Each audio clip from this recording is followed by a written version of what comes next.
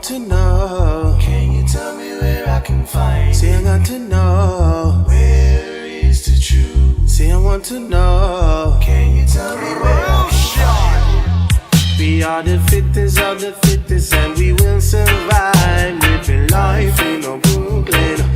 Hey yo, St. John, you know the times are up, and we will win the prize. Living life in a Brooklyn. Yes. Doing this one with a difference, German. Welcome back. Power Reggae Radio Show. Doing a little bit different today. We're doing this interview with that rhythm playing in the background. Woo! I mean, tribute to the Deadly Dragon sound system. We have them in the house. No strangers to the show. Of course, they were here a couple months back. Johnny, you wasn't in on that interview. Jeremy, you did a great job. How was that event that you had? That event was based around the Starlight Rhythm. Yeah, it was a whole heap of fun, you know. It's these events that we do like every once in a while, just focus on one aspect and invite all sorts of different sounds and selectors and collectors to come down and play their favorite tunes. That one was Starlight and Real Rock, and I gotta say, Real Rock kind of took it that night. The Real Rock tunes were a little bit stronger than the Starlight that night, but everyone had a great time. It's kind of fun just to witness. Whoa. Okay, so we're gonna start this interview off, and once again, the legendary Deadly Dragon Sound System special guest in the house tonight. Reintroduce yourself, fellas, and get the fans up to speed so we can start this interview. Yes, sir. My name is Scratch Davis, one of the co-founders of Deadly Dragon Sound. I've been running 25 years now. Started off in Chicago and came to New York back in '98. Came back to New York where I was born and raised, and I've been running it ever since. And this is next Deadly Dragon member, the youngest in the crew, Johnny Go Figure. Bless up, Johnny Go Figure, crew shout you, the young ambassador of Deadly Dragon Sound. Kudos shout. And if you wonder, yes, that's our own Johnny Go Figure. He's also a part of the legendary Deadly Dragon Sound System. This young man is here with us every week, blazing tunes on the airwaves.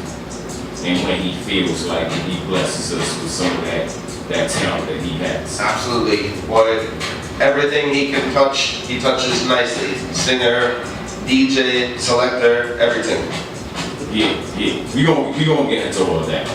But the reason you're back today is you're on a promotional tour. Shout out to Gibbo, seeing the interview, you did a great job as well.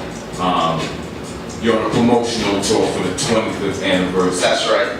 Of Deadly Dragon Sound System. Absolutely. June 3rd, Paper Box, Brooklyn, New York, Bushwick, 17 Meadow Street. That's June 3rd, having the Deadly Dragon 25th anniversary show, and doing it with alliance with Dutch Styles Down and sponsored by Flatbush Tokyo, a Japanese clothing brand. It's also the launch of the Rotown Festival for NYC, which is Europe's biggest reggae festival. So they were kind enough to want to link up with us and do the thing with us, and it's an amazing opportunity for all of us to kind of share in our love for music.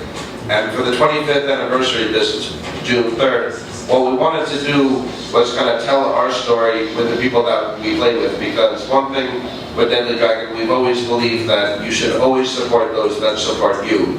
And we've had a lot of friends in this business going back 25 years, but we wanted to bring together those people that kind of mean the most to us and highlight some of the artists and people that we haven't worked with before on stage as part of this thing. So we got Screechy Dan, to me the godfather of New York City reggae, one of my close friends, one of the most talented and underrated artists out there. Singer, songwriter, DJ, everything. He can do and he does, and he's just a brilliant person. Got Red Fox, always entertaining, always wicked on the mic, just very happy to have him. And from the old 90s days, I had to bring through the artist named Super C, because Super C was one of my favorite DJs ever that came out of New York. And Spectrum.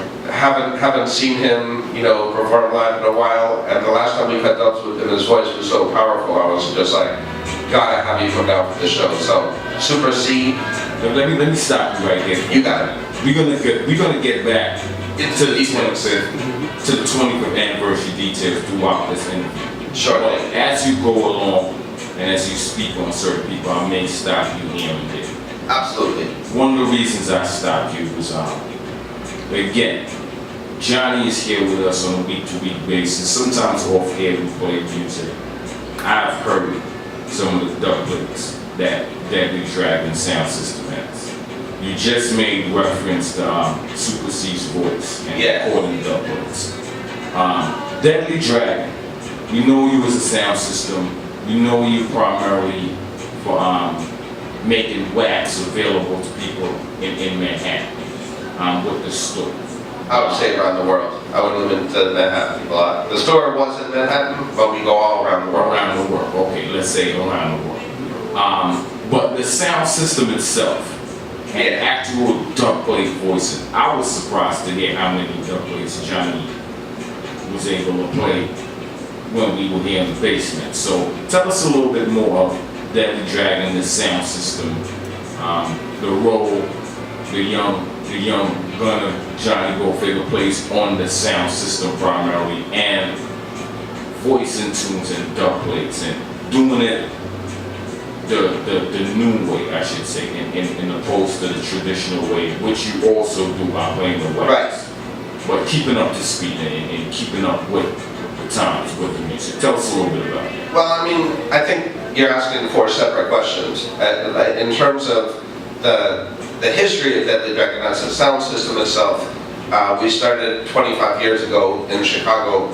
A guy named Rick Shaw, who put together a night that he just wanted to play some reggae music, and he had heard some mixtape that I had given someone, and it was all the new stuff coming out of New York, as I had moved to Chicago from New York, and it was all the tunes that I was interested in at that time. So I made like a weekly cassette, and I gave it to another mutual friend of ours that would always play it at the bars. So this guy Richie called me and said, "Yo, we got this Sunday night thing going on. Do you want to come down and play tunes with us?" And I thought, yeah, that's all right, I'll come down. And so I went over there, and it was Richie and 2 other guys, and he had brought out like a couple bass bins and some other stuff to this place called Empty Bottle. And there was maybe like 4 guys in the corner smoking weed. There was no big crowd or anything. And all night long, we just had a really good time playing music together. Richie was playing more older stuff, and I was playing kind of up-to-the-time dancehall.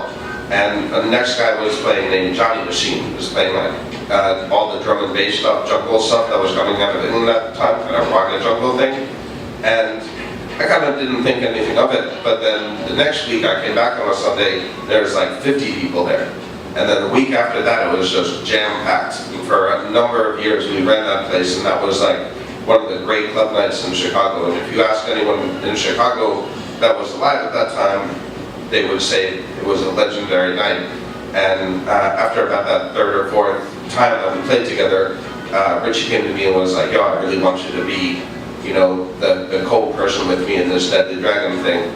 And so we ran it, and we weren't really cutting dubs in the early days, because I just didn't have any money at all. So it was more important to me to kind of really learn the music before I felt confident in cutting dubs. Because one thing I've always hated is when I heard sound systems and they were playing dubs that you could tell they were just basing it off another sound system. You would hear someone play a dub and you'd be like, really that's a Stone Love dub, or really that's a Jaro dub. But you're just doing it again and putting it together. So I felt I really needed to know the music better before I actually started cutting dubs for myself.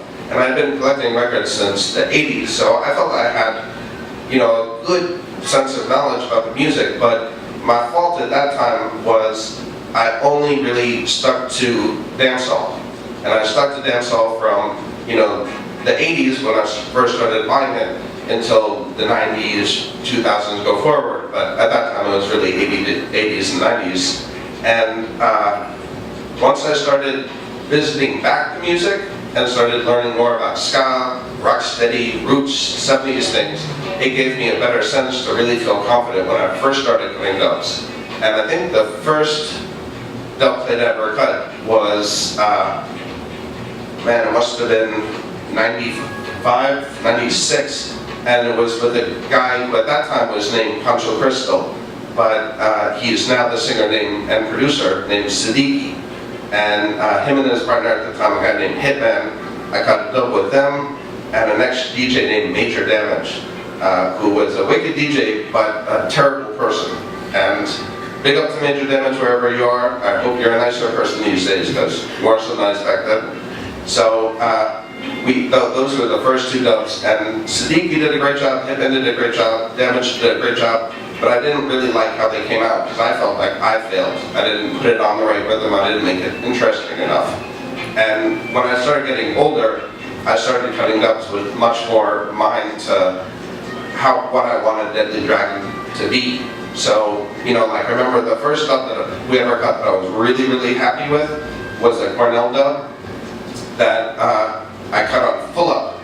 And Cornell had always refused to cut any of his songs on any other rhythm except for the original. But I convinced him to cut this one tune on Full Up called Ropin'.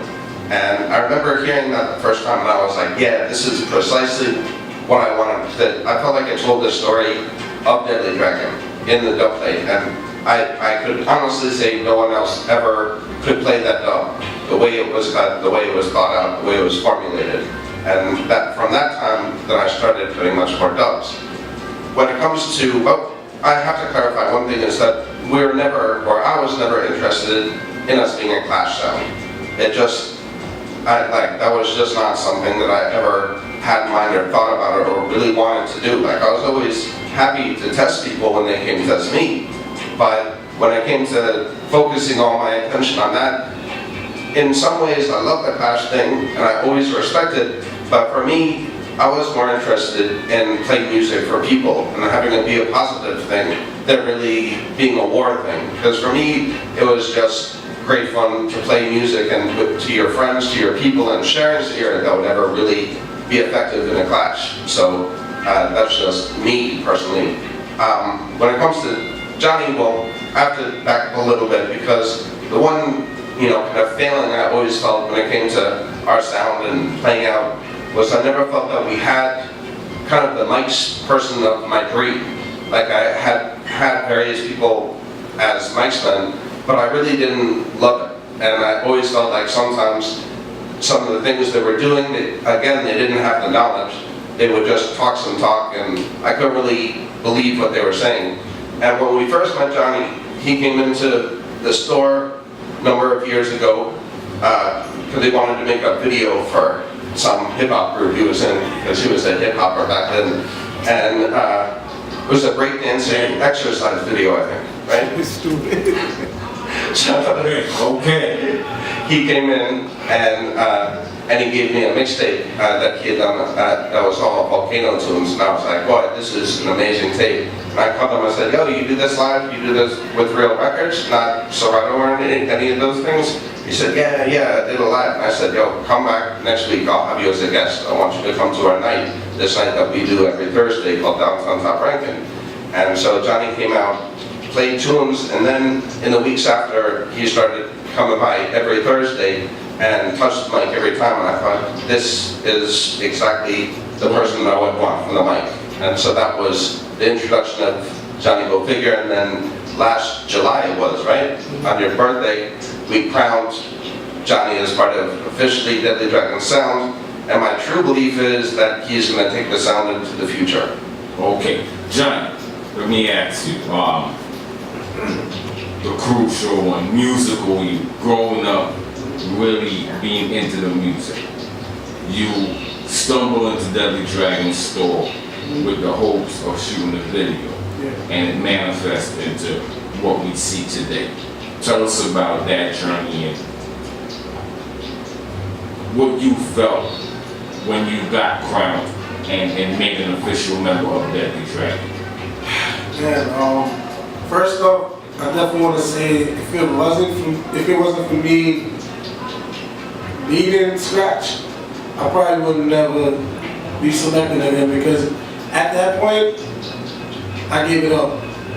I've been selected since I was 4 and I was doing it from, elementary, junior high school, and then like after high school, I got more into the production and like hip hop and stuff like that, so I had to stop DJing.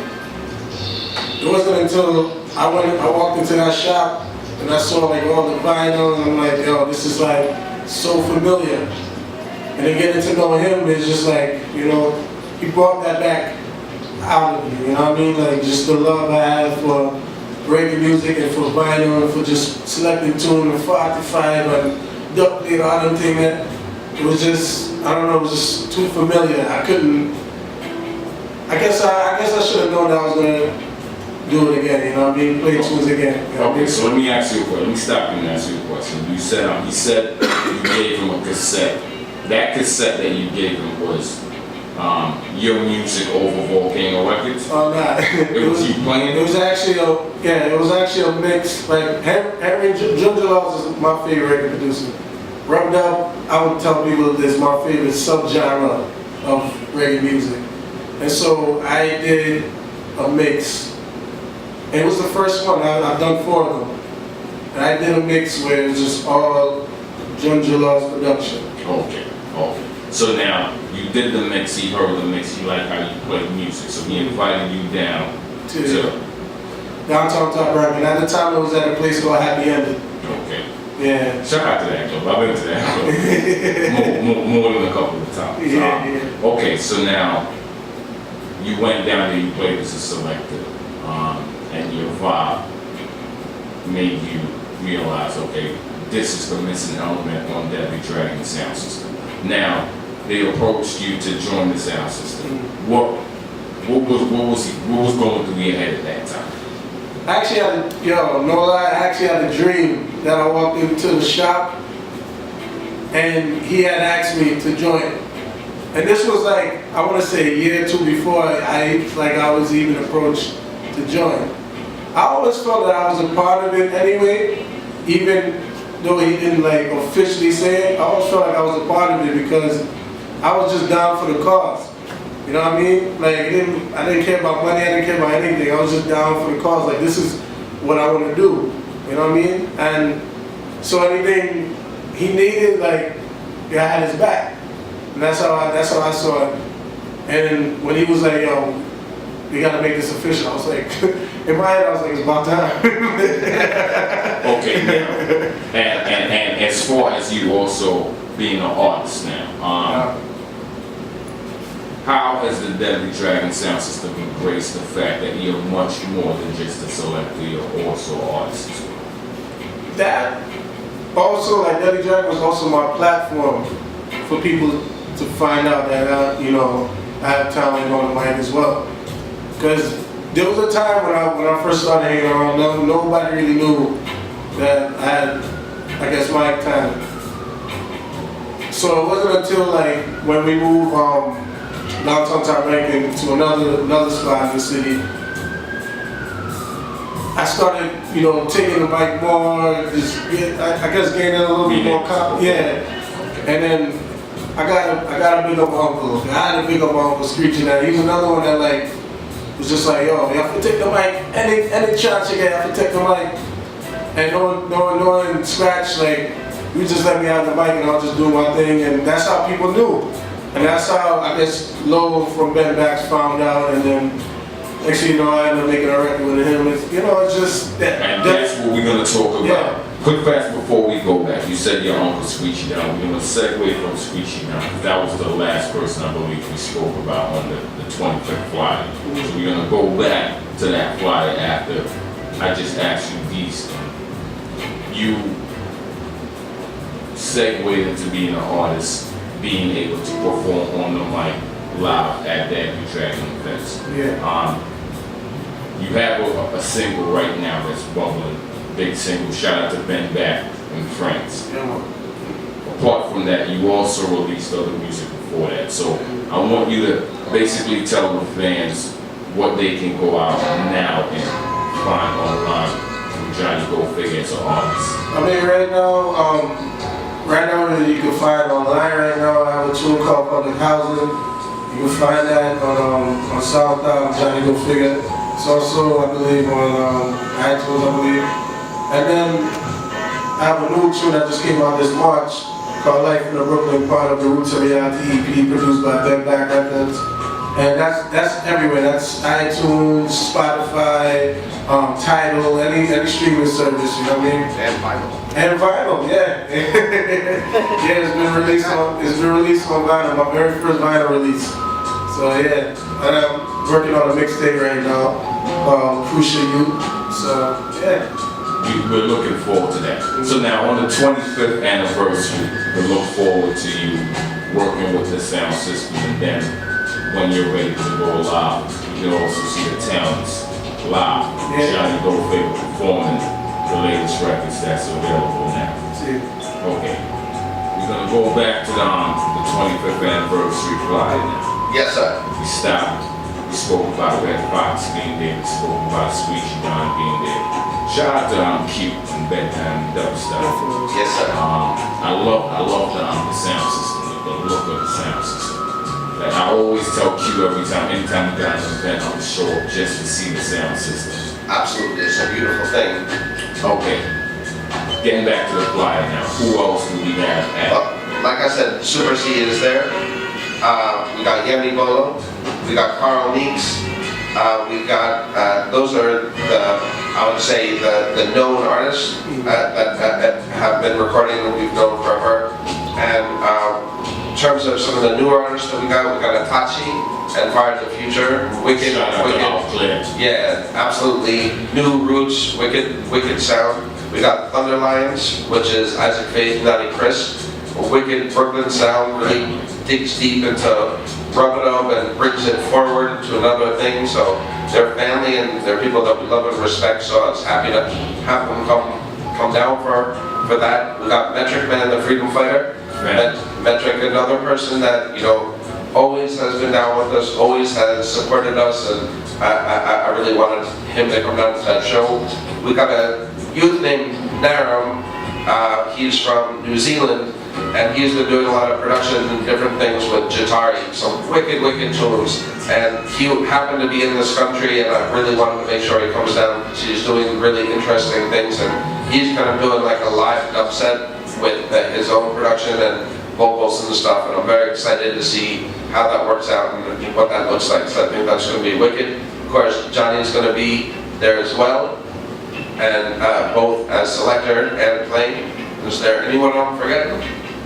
Let me think about that. Let me take a look at the flyer just to make sure. That's a lot so far. Yeah. So far, that's a lot of talent. Oh, of course. There's one person I forgot. Willow Wilson, one of Brooklyn's great vocalists. So that's a lot of talent on stage. Okay. Absolutely. Now that's a lot of talent on stage performing. Yeah. As artists. Sound system wise. Sound system wise, I had to bring up my friend Panza from Supersonic Sound out of Germany. So he's flying over for the show. Panza is one of those people, and Supersonic is one of those sounds that I've always respected just for their breadth of knowledge.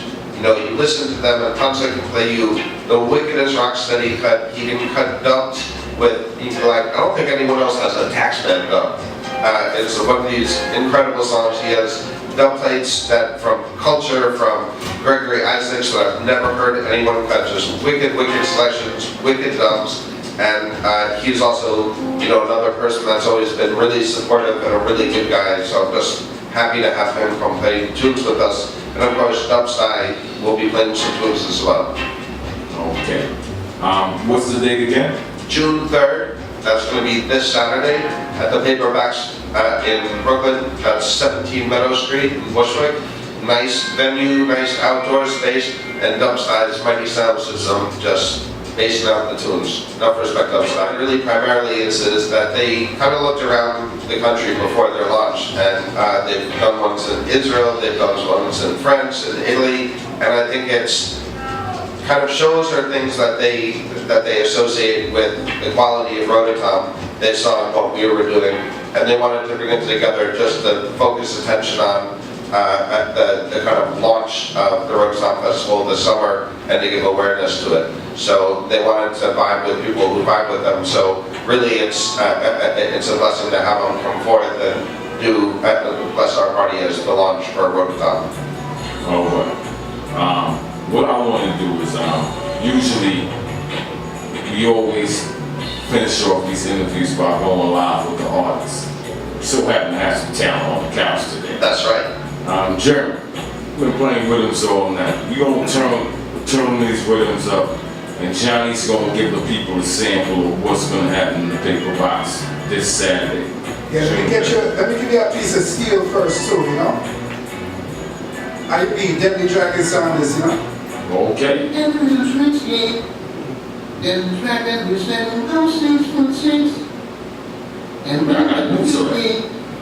you want to let the attitude move. Deadly Dragon sound. Deadly Dragon thing is sweet. Yeah. Scratch favors, rickshaw, old time.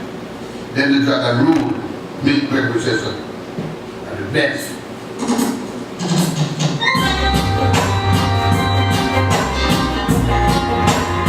Congratulations.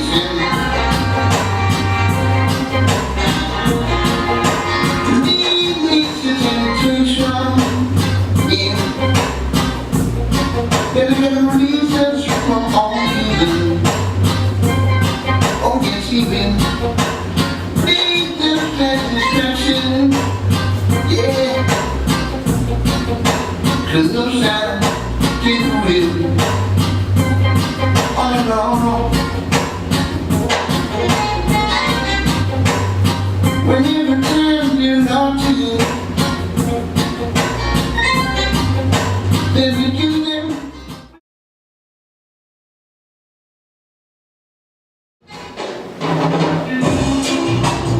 Yeah, take off on reggae. Radio shows I'm saying, so I don't feel the way that the jacket leads the way. Now, this how they pull up, pull up, pull up. Make me all up, pull up, pull up, pull up. Hey, yeah, this how they pull up, pull up, pull up. Make me all up, pull up, pull up, pull up. Hey, yeah, say that it's dragon, on the rich champion, dragon. Not in the monster, dragon. Not the real champion, dragon. Hey, tell ya, and he said that lead dragon tonight. So don't you know you are the people's choice? That lead dragon unite. You're coming out of that seat full of vibes. That lead dragon unite. Don't leave this song and ever take away your strides. That lead dragon unite. Scratch famous Johnny go at the people's choice. The test of this is all I need to know. Can you make me pass grab the chopper and kill your blood? Somebody know you walk out, be careful on your tongue. Cause then they drop and represent your tone of moving on. And everywhere we go we are the rich champion. Don't leave me something if I put up on your own and make me richer. I'll be switching up the old man stock. Then they talking on this own and other on the nation. Then lead dragon unite. So don't you know you are the people's choice? Then lead dragon unite. Hey, we are the fitness and we will survive. Because the song of the dragon. Hey, say not to do we are the humble and we will surprise. Then the dragon are the champion. Hey, so any DB song, try it, think don't tell them, try it on, keep it moving. Hey, and this a drop by yonder spot famous and Johnny go, Billy Dragon in the building. This is song of Billy Dragon, easy for the German. Hey, every brother like his father. And those bubbles I was say you know you're shine. Artificial like a referee, I listen straight to the boys and drink. I listen in the trouble, baby, shoot ya with the party flying big star. We play our reggae music and we don't play this song. So they make me run and make me jump and do the goal. I make me do ya on the zone, I got a daily drama. Crucial officials, I would say, the song either way. They drop a song from BK. Lord, yes. Yes. This Saturday, June 3rd. Paper Box. You come out and check our talent like that live. Deadly Dragon 25th anniversary. That's right. I hope everyone come out and join. It's $10 ahead of time. You can go to the Paper Box website, go to Dubside, go to deadlydragonsound.com and check those advance tickets. 15 at the door, so cheap, like the birds say, cheap. That's right. Okay, and apart from that, anyone listening to the interview right now want to reach out to Deadly Dragon, how do the fans go about doing that? You can get us through any kind of social media, Facebook. You can email us, info@deadlydragonsound.com. You can check the website, deadlydragonsound.com, Instagram, all those kind of things, it's all under Deadly Dragon or Deadly Dragon Sound, and it's pretty easy. You do that Google thing, just put the name in and trust me, you'll find it. And Johnny, new single on the road, Life in Brooklyn. You said it's available now, iTunes, Amazon, or digital distributors. Public housing also available. Where can the fans reach out to Johnny Go Figure? Well, I'm Johnny Go Figure on Instagram. That's JONNYGOFIGURE. JONNYGOFIGURE. On Instagram, same thing on Facebook, same thing on Snapchat. Johnny Go Figure everywhere. Okay? DJ Johnny Go Figure on SoundCloud. SoundCloud, YouTube, any videos? Yes, Life in Brooklyn up on SoundCloud right now. All that on my page, Johnny Go Figure. Okay, June 3rd, once again, live with the Paper Box, Deadly Dragon Sound System 25th anniversary. Once again, it was a pleasure. Anything you guys want to say before we tune out? Want to pick up everybody, all the fans, Deadly Dragon supporters, everybody who comes out to the Thursday nights, anybody that ever came out to anything we ever did, just give thanks, and I hope to see each and every one of you there. June 3rd, live at the Paper Box, you know, respect. Yeah, again, I just want to say big up and thanks to everyone who's ever supported us. And of course, big up to Selector JD, also a member of Deadly Dragon. Big up to Queen Majesty, to Mr. K anyway there. Big up to Rick Shaw. Big up Teflon. Some people that used to play with us, don't play with us no more for all sorts of different reasons, but nothing ever hostile, Everything changes, people's plans change, but I just want to give enough respect to everyone out there who's always supported us and always just enjoy the music that we love and share that with us, because that's the hope of the world, These things matter to me, and I want to just say thank you to them.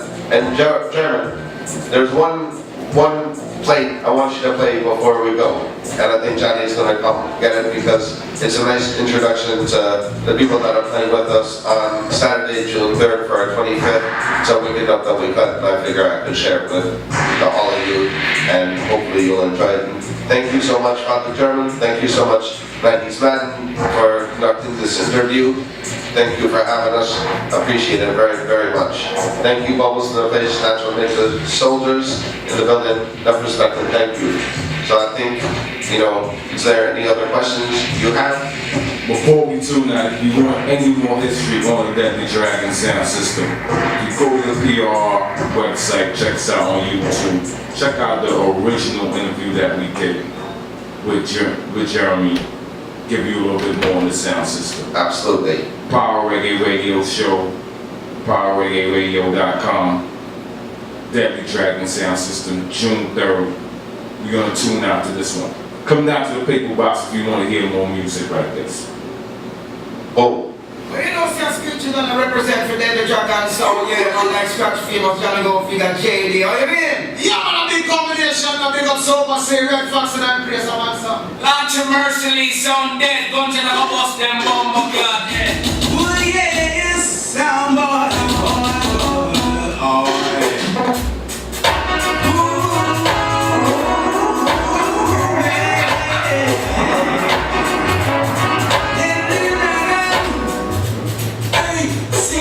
gunshots to the head, all because, but that's all I say. 16 gunshots killing.